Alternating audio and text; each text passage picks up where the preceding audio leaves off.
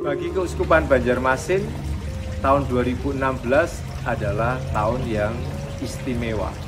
Karena pada tahun 2016, Keuskupan Banjarmasin menetapkan sebagai fokus pastoralnya adalah tahun Kitab Suci. Tujuan dari fokus pastoral ini adalah mau mengajak umat menyadari betapa Kitab Suci itu perannya bagi hidup orang beriman sungguh penting. Kitab Suci adalah salah satu sumber iman bagi umat Katolik. Maka Keuskupan menggerakkan, mengajak, mendorong, dan mendampingi umat untuk membaca Kitab Suci. Pertanyaan sederhana yang seringkali dilontarkan oleh umat adalah, bagaimana Romo membaca Kitab Suci itu? Kita sudah tahu. Kalau Kitab Suci diawali dari Kitab Kejadian sampai Kitab Wahyu. Mungkin kebiasaan yang ada adalah membaca Kitab Suci secara liturgis, mengikuti kalender liturgi. Tapi sekarang, di tahun Kitab Suci, di Keuskupan Banjarmasin mengajak umat untuk ayo kita baca Kitab Suci dari Kitab Kejadian hingga Kitab Wahyu. Seluruh bagian kita baca. Nah, untuk memudahkan umat, untuk membantu umat, maka Delegatus Kitab Suci Keuskupan Banjarmasin kemudian memikirkan apa yang harus kita buat, apa yang harus kita berikan kepada umat sehingga mereka bisa terbantu dalam membaca Kitab Suci. Maka waktu itu kami membuat program, buat panduan paripurna membaca Alkitab dalam 312 hari. Panduan ini diberikan supaya umat itu punya jadwal yang teratur, punya ketekunan dan sebagainya, dan tolok ukurnya itu juga ada. Hari ini membaca bagian yang mana. Dan ternyata sambutan umat juga luar biasa. Ada yang menjadikan panduan itu sebagai panduan pribadi. Ada yang menjadikan panduan itu sebagai panduan untuk kelompok membaca Kitab Suci.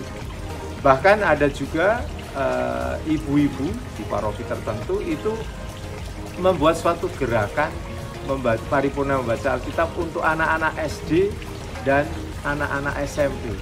Dan luar biasa, yang ikut itu banyak. Mereka bertekun untuk bertemu. Ada seorang bapak yang men-sharingkan pengalamannya, bagaimana dia juga dengan bantuan program panduan paripurna membaca Alkitab, akhirnya dia itu bisa membaca Alkitab, Kitab Suci kita, dari Kitab Kejadian sampai Kitab Wahyu. Dan dia mempunyai pengalamannya bagaimana menekuni itu. Saya sebelumnya beberapa tahun yang lalu sudah pernah mencoba membaca Kitab Suci, tapi selalu berhenti dikala sampai pada Kitab Keluaran atau Ulangan. Karena itu agak berulang-ulang dan ada membosankan bacanya. Nah, tetapi sejak Keuskupan Banjarmasin meluncurkan program paripurna baca Kitab Suci dalam 312 hari itu, dan oleh petunjuk cara membaca itu kita diminta untuk membaca. Saya diminta atau umat diminta untuk baca saja. Nah, kemudian manakala sampai lagi kepada Kitab Keluaran atau Ulangan itu, prinsipnya baca. Nah, sehingga kemudian itu bisa dilewati sampai kepada akhirnya dan bisa selesai paripurna. Ada juga keluarga yang kemudian tergerak untuk membuat, ayo kita bersama-sama sebagai keluarga kita membaca Kitab Suci. Memang pengalaman keluarga itu juga luar biasa. Mereka itu pasangan suami istri yang dikaruniai oleh Tuhan 3 orang anak. Dan mereka membaca Kitab Suci meskipun dikatakan bahwa kami membacanya bersama-sama, Romo. Dalam satu ruangan yang sama, waktu yang sama, tapi membacanya sendiri-sendiri. Saya membaca Kitab Suci itu bersama-sama, kadang-kadang sama anak, tapi beda judul. Jadi anak-anak misalnya Kitab Kejadian, saya sudah Kitab Keluaran gitu. Jadi kami satu rumah sama-sama, cuman beda judul. Kalau saya membaca kitab suci itu ya waktunya bisa sampai setengah jam. Jadi saya baca dengan rileks, santai, dengan pelan-pelan. Kadang-kadang saya bersuara, kadang-kadang saya dalam hati.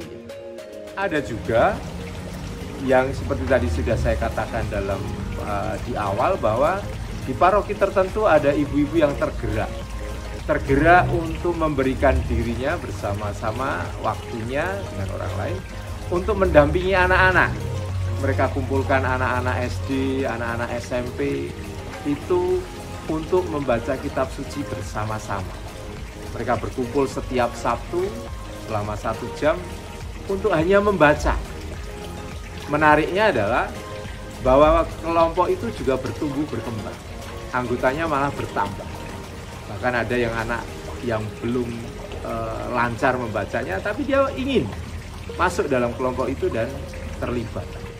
Dari 2016 ya, saya bagi ada 2 kelompok. Yang sudah lancar membaca, sama ada anak yang baru kelas 1 sampai kelas 3 itu masih belum lancar membaca. Di situ yang harus ada pendampingan ekstra untuk anak-anak yang belum bisa membaca.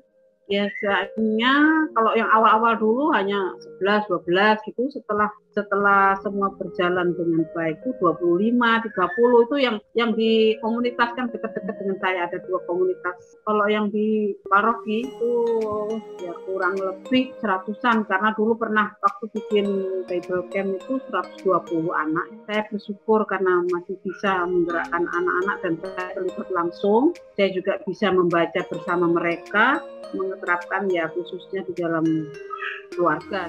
Selain lewat jalur paroki dan jalur keluarga dan pribadi, Keuskupan Banjarmasin juga mendorong sekolah-sekolah Katolik untuk membuat kegiatan literasi, tetapi bahannya itu dari kitab suci. Maka beberapa sekolah Katolik yang kami miliki kemudian menerapkan gerakan paripurna membaca Alkitab itu dalam sekolah mereka.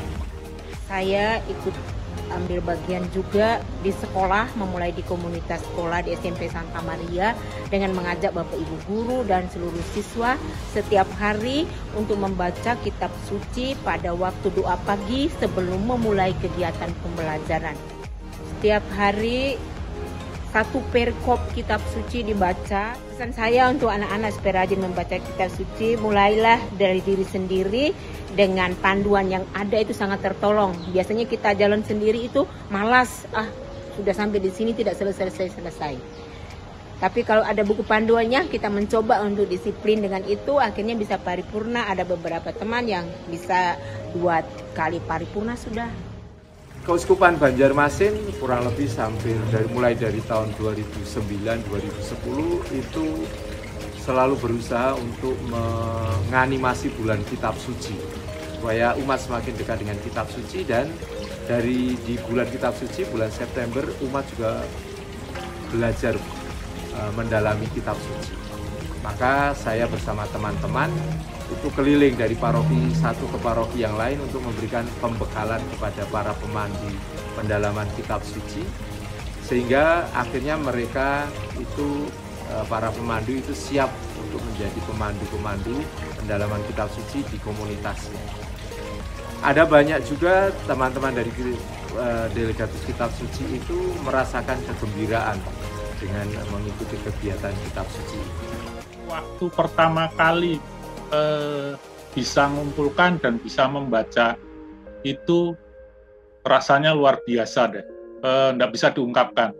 Dalam artian itu pengalaman iman yang luar biasa sekali. Itulah kegembiraan yang bisa kami bagikan di dalam mewartakan kitab suci di Keuskupan Banjarmasin.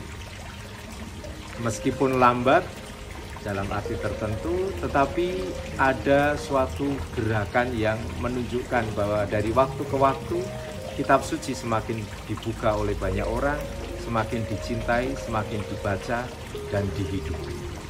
Tuhan memberkati.